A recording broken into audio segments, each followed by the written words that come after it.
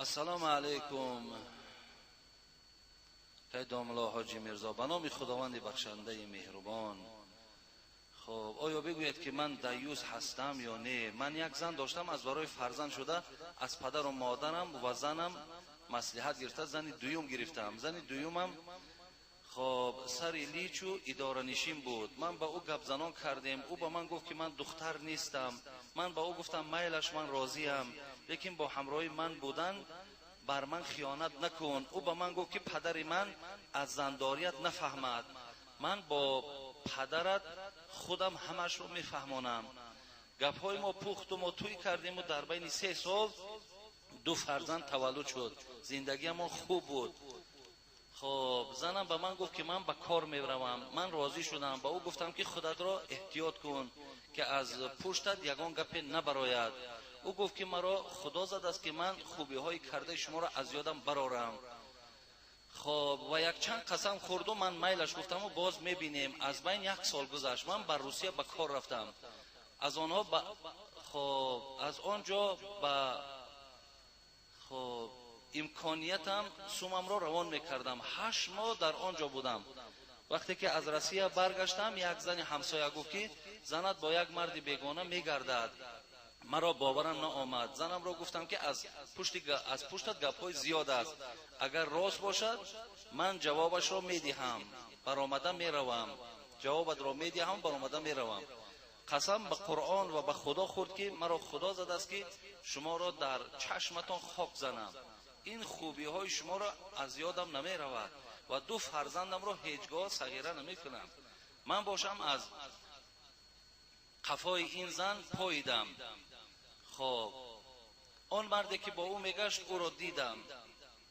اونم با زن 3 طلاق خورد که ما یگان رفت و آمد با زن تو نداریم. بین عید رمضان و قربان بود که هر دو اونها را من یک جایه در زنا داشتم. من در شدم، خواستم که هر دویش را بکشم، لیک خدای کریم و رحیم به من صبر عطا کرد و من فکر کردم که از پشت 2 حرام شده مرا سود میکنند. احوال پدر و مادر پیرم چی میشود؟ بگوید که خدای کریم با 2 زناکار در قیامت چی جزا میدهد و بگوید که من با این قدر زندگی کرده‌ام دیوس شدم یا نه. در تاجیکستان ما مردان بسیارند که سیر زنهایشان را پنهان میکنند. از شما خواهش میکنم که این را در روز جمعه بگوید که من ثبت آواز شما را خریداری نمایم. با احترام، یک مخلص اشدی شما، در پناه اسمت خدا باشید. نه برادر عزیز، شما دیوس نیستید، ولی ببینین شخصانی که خانه حلال دارن، برادرای عزیز و گرامی، خانه حلال دارن، وقتی با مردهای بیگانه این زنهای اونها رفت آمد میکند، اینها از دیوس شدن میترسن که اگر من در نکاح خود زنی داشته باشم که بغیر من با دیگر مردهای عشق ورزی کنن، یعنی من از جمله دیوس ها هستم که نماز و روزه من در پیش خدا قدری ندارد. ولی جای تأسف اینجا این است که همون شخصی که خانه همین آدم حرام میگرداند، او برای یک خانه را پاره کردن، یک خانه را از بین بردن، فرزندای او را موردی گویم عذاب و مشقت قرار دادن، خب بزم این قیامت و دوزخ این انسان تا چه اندازه وحشتناک بودن، چرا نمیترسند؟ چرا همین را فکر نمیکنند؟ ای انسانی به انصاف، ادادارای عزیز، آخه شیطان دشمن آشکارای انسان است. شما شهوتاتون دارین. پیامبر گرامی گفتند اگر چند هر چی شهوتای شما طغیانگر باشد شما روزه گیرین، ولی به زنا دست نزنین. ولا تقربوا الزنا، خدا در قرآن ولا تزنوا نگفت، یعنی زنا نکنین، نه، به زنا نزدیک نشوید، به زنا نزدیک نشوید. حتی مثال ببین زنهایی که خانه حلال دارن، ما را تا چه اندازه همین انسانی که خانه همو را حرام کرده است آزی رو پرسش میگه من مسلمانم، من مؤمنم. اگر همو رازی تو گوی تو نه ایمان داری نه اسلام داری، گفت تا کجا میخیزه؟ برای همین دادر عزیز شما دیوس نیستین. شما خوب کردین که این زن از بالای خود دور کردین. کوشش کنین که همون فرزندا را در تربیت خودتان گیرین، زیرا که اون مادری که اگر دستی به زنا زد و به زنا آموخته شد دیگه او به تربیت فرزندم نمیرسد، او دیگه پروای فرزندم ندارد. حتی برادرای عزیز، شوهر برای من آمد مراجعت کرد که بیگاهی شام است، کودک میده که اولی 1 ساله نیست، 1 ساله نیست. بچه میگه من در عصر هر وقت میگه در حالت خفتن می آمدم. این بیگه میگه چیکاری شد؟ من در حالت عصر خانه آمدم، همون کودک 8 ماه در گهواره بستگی، زن درکش نیست.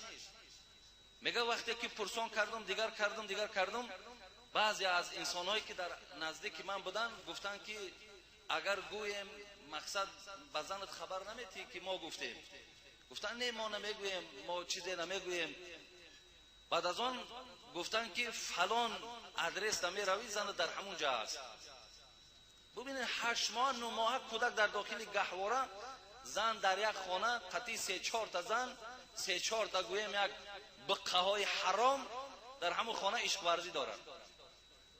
تا چه اندازه را خانه حلال کودک در داخل گهواره.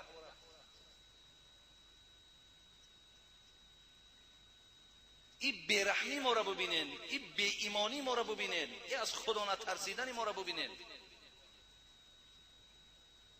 آخه ناکس تو یک دختری مثال قدی را و کوچه، مثال کوچه را افلاس میکردگی را که هم زنا های خیلی پی او گشتی. آخه خانه های حلاله که این بیچاره صاحب کودک، صاحب شوهر.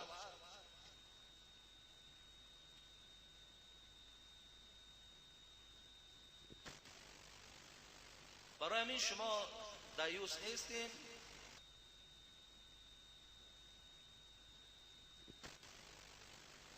برای همین شما وقت دیوس میشوین که اگر این گونه زن در نکاح شما باقی ماند، هم با شما گویم که همسر است، هم برای دیگران همسر است. اینجا در شما البته دیوس، همون دیوسی که میگوین، همون دیوس شما از جمله هم دیوس ها به حساب میروید.